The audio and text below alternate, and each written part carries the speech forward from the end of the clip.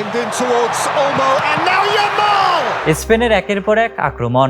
গোলবারের সামনে একাই দাঁড়িয়ে এমিলিয়ানো মার্তিনেজ, একটি দুটি নয় 11টি সেভ, তবুও শেষ রক্ষা হলো না। আর্জেন্টিনাকে বাঁচাতে পারলেন না বাজ পাখি খ্যাত এই গোলকিপার।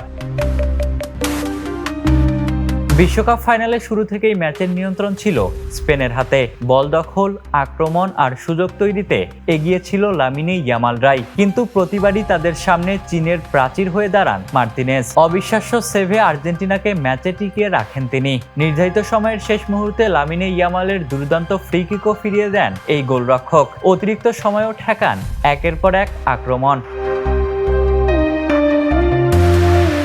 সব মিলিয়ে 11টি সেভ করেন মার্তিনেজ, যা বিশ্বকাপ ফাইনালের ইতিহাসে অন্যতম সেরা গোলকিপিং পারফরম্যান্স। কিন্তু 106 মিনিটে ফেরান তোরেসের শট আর থামাতে পারেননি তিনি। আর সেই এক গোলেই 1-0 ব্যবধানে হেরে শিরোপা হারায় আর্জেন্টিনা। আঙুলের চোট নিয়েও শেষ পর্যন্ত জান প্রাণ দিয়ে লড়েছেন মার্তিনেজ, কিন্তু তার একার বীরত্ব বিশ্বকাপ বাঁচানোর জন্য যথেষ্ট হলো না।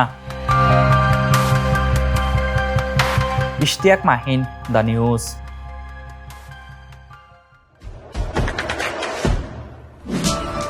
দেশে দেশে সবার সাথে দ্য নিউজ।